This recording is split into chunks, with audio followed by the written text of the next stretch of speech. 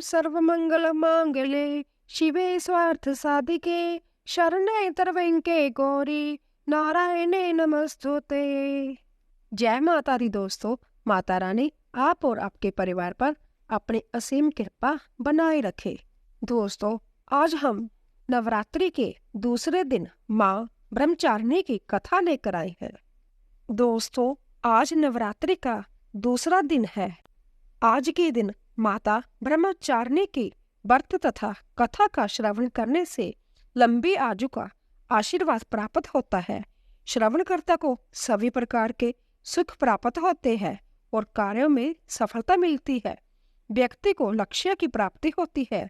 त्याग, ब्रह्मचर्य, वैराग, तप जैसे गुण व्यक्ति में समाहित होते हैं।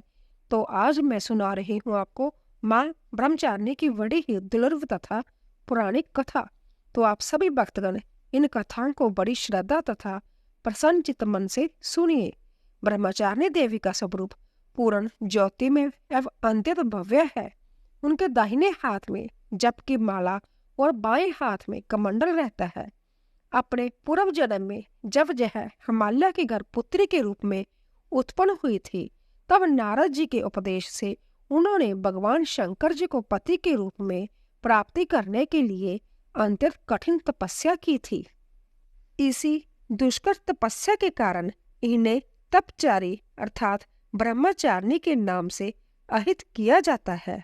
1000 वर्ष उन्होंने केवल फल फूल खाकर व्यतीत किए थे। 100 वर्षों तक केवल साग निर्वाह किया था। कुछ दिनों तक कठिन उपवास रखते हुए खुले आकाश के नीचे वर्षा और धूप के भयानक कष्ट सहे। इस कठिन तपस्या के बाद 3000 वर्षों तक केवल जमीन पर टूटकर गिरे हुए बेल पत्थर को खाकर वह भगवान शिव जी की आराधना करती रही। इसके बाद उन्होंने सूखे बेल पत्थर को खाना भी छोड़ दिया। कई हजार वर्षों तक निर्जल और निराहार तपस्या करती रही। प्रिय भक्तजनों, पत्तों को भी खाना छोड़ देने के कारण उनका नाम अपर्णा भी पड़ गया। 1000 वर्षों की कठिन तपस्या के कारण ब्रह्मचारिणी देवी का यह पूर्व जन्म का शरीर एकदम क्षीण हो गया। वह अंतत कृशिका हो गई अर्थात सूख के कांटा बन गई। उनका शरीर पूरी तरह से सूख गया। उनकी यह दशा देखकर उनकी माता मैना रानी बहुत दुखी हुई। उन्होंने उन्हें उस कठिन तपस्या से विरत करने के लिए आवाज लगाई, उमा, अरे ओ उमा। तब से देवी ब्रह्मचारिणी का पूर्व जन्म का नाम उमा भी पड़ गया था। उनकी इसी तपस्या से तीनों लोकों में हाहाकार मच गया। देवता, ऋषि, सिद्धगण, मुनि सभी ब्रह्मचारिणी देवी की इस तपस्या को अभिभूतपूर्व बतलाते हुए उनकी सराहना करने लगे। अंत में पितामह ब्रह्मा जी ने आकाशवाणी के द्वारा उन्हें संबोधित करते हुए प्रसन्न स्वर में कहा, हे देवी, आज तक किसी ने भी ऐसी कठोर तपस्या नहीं की। ऐसी तपस्या तुम्ही से ही संभव थी। तुम्हारे इस अलौकिक कृत्य की सराहना हो रही है। तुम्हारी मनोकामना अवश्य ही पूरी होगी। भगवान चंद्रमौली शिव जी तुम्हें पति रूप में प्राप्त होंगे। अब तुम तपस्या से विरत होकर घर लौट जाओ। शीघ्र ही तुम्हारे पिता तुम्हें बुलाने आ रहे हैं। प्रिय भक्तगणों, माँ ब्रह्मचारिणी के इस कठोर तपस्या को देखते हुए भगवान शिव जी ने कई बार उनकी परीक्षा भी ली। उस परीक्षा में देवी माँ उत्तीर्ण हुई और इससे प्रसन्न होकर महादेव भगवान भोलेनाथ ने माता ब्रह्मचारिणी को अपनी अर्धांगिनी स्वीकार कर लिया। उन्हें आशीर्वाद दिया तथा उनसे विवाह किया। माँ दुर्गा का यह दूसरा स्वरूप भक्तों और सिद्धों के अंतत फल देने वाला है। उनकी उपासना से मनुष्य में तप, त्याग, वैराग्य, सदाचार, संयम की वृद्धि होती है। जीवन के कठिन संघर्षों से भी उसका मन कर्तव्य पथ से विचलित नहीं होता है। माँ ब्रह्मचारिणी देवी की कृपा से उसे सर्वत्र सिद्धि और विजय की प्राप्ति हुई। दुर्गा पूजा के दूसरे दिन इन्हीं के स्वरूप की उपासना की जाती है। इसी दिन साधक का मन सवा अधिष्ठान में उपस्थित होता है। इस चक्कर में अवस्थित चित्त वाला जोगी ब्रह्मचारिणी जी की कृपा वह भक्ति सहज ही प्राप्त कर लेता है। एक बार प्रेम से बोलिए माता ब्रह्मचारिणी की जय। जय माँ भवानी, अपने सभी भक्तों का दुख दूर करो माँ। जय माता दी। दोस्तों, आइए माता रानी की दूसरी कथा सुनते हैं। एक राजा और एक रानी थी। बहुत दिनों तक उनकी कोई संतान नहीं हुई। बहुत जप तप करने के बाद कई वर्षों बाद उनको एक संतान की प्राप्ति पुत्र के रूप में हुई। अब राजा और रानी बहुत खुशी से अपना राजपाट संभालने लगे। कई दिनों तक ऐसा चलता रहा। देखते देखते पुत्र 4-5 साल का हो गया। एक दिन की बात है, रानी दोपहर में बच्चे के साथ सो रही थी और बच्चे की नींद खुल जाती है। वह उठकर बाहर की ओर जाने लगा, क्योंकि उसको बाहर जाने नहीं दिया जाता था। अपनी माँ को सोता देखकर उसके मन में बाहर जाकर अपनी उम्र के बच्चों के साथ खेलने की इच्छा हुई और वह छिपकर बाहर चला गया। वह खेलते खेलते बहुत दूर चला गया और वह किसी दूसरे गांव में जा पहुंचा। इधर जब रानी की नींद खोली तो वह बच्चे को अपने पास न देखकर बहुत हैरान हुई।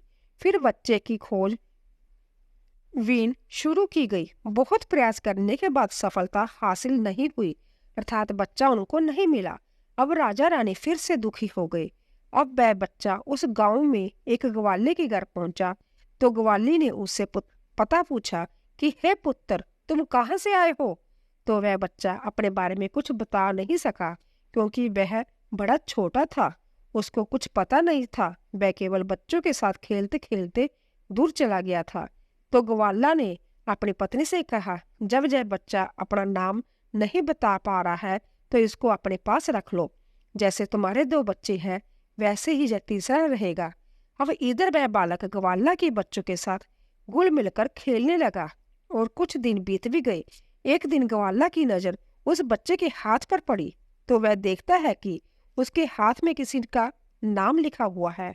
वह बच्चे से पूछता है, पुत्र, यह किसका नाम लिखा है? तो उस बच्चे ने कहा, जे हमारे पिताजी का नाम लिखा है। तो ग्वाला ने कहा कि हम आपके पिताजी का नाम ढूंढते हुए घर पर ही चलेंगे।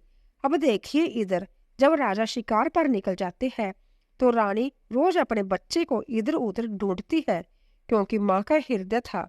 वह दिन पर तड़फती अपने बच्चे की याद में इधर उधर बाग बगीचे में देखती कि कहीं मेरे बच्चे का कोई संदेश आ जाए।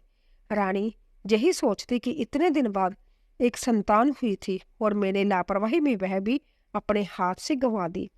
अब रानी एकदम निराश होकर एक गांव में पहुंची तो वहां उसने देखा कि कुछ औरतें मिलकर देवी माता की पूजा कर रही थी। रानी भी वहां जाकर बैठकर पूरी पूजा देखती है और पूजा के दौरान माता रानी की कथा को बहुत मन लगाकर सुनती है। पूजा खत्म हो जाने के बाद सारी सुहागनें रानी को प्रसाद देती है। तब रानी ने पूछा, बहन, आप किसकी पूजा कर रही हो? हमको भी बताइए। तभी सभी सुहागनों ने कहा कि हम माँ भवानी, माँ दुर्गा की पूजा कर रहे हैं। माता बहुत ही दयालु है। यह अपने भक्तों के संकट को क्षण मात्र में दूर कर देती है। बस ध्यान करने वाली बात है कि तब तक आपकी मनोकामनाएं तुरंत पूरी हो जाती है। जब आपकी मनोकामनाएं पूरी हो जाए तो आप तुरंत माँ देवी की पूजा करिए। आप जो मन्नत मांगती हैं उसे पूरा करिए।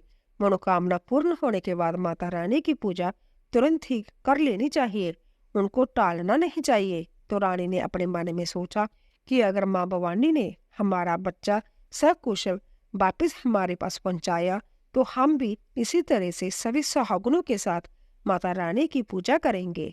उधर रानी का यह मन्नत मानना हुआ कि इधर ग्वाला बच्चे को लेकर उसके पिता की तलाश में निकल पड़ा। वह कई जगह ढूंढते हुए काफी देर बाद गांव के किनारे पहुंचा तो एक व्यक्ति से पूछा कि भैया, इस नाम के व्यक्ति को क्या आप जानते हो? तब उस आदमी ने बताया, हाँ भैया, यह हमारे राजा का नाम है। उनका पुत्र खो गया है। क्या यह उन्हीं का पुत्र है? यह बताकर ग्वाला को घर का पता बताया। ग्वाला जब बच्चे को लेकर राजा के द्वार पर पहुंचा तो राजा रानी ने अपने बच्चे को देखकर लिपट कर रोने लगे और बार बार ग्वाला का धन्यवाद करने लगे। राजा ने पूछा कि भाई, मेरा बेटा आपने कहाँ पाया? तो ग्वाला ने कहा, राजा साहब, यह बालक घूमते घूमते हमारे गांव आ पहुंचा था। तब हमने इससे इसका पता पूछा तो बालक कुछ न बता सका। एक दिन खेलते खेलते जब मेरी नज़र इसके हाथ पर गई तो उसका नाम लिखा हुआ था और उसी नाम के सहारे हमने इसको आप तक पहुंचाया है। प्रिय भक्तजनों, रानी की खुशी की सीमा न रही। रानी ने राजा से कहा कि ग्वाला को खूब धन दौलत देकर विदा कीजिए, लेकिन ग्वाला ने कुछ नहीं लिया और कहा, जितनी खुशी आपको है आपका पुत्र पाकर, उतनी खुशी मुझे भी है कि मैंने आपकी धरोहर को आप तक पहुंचाया है।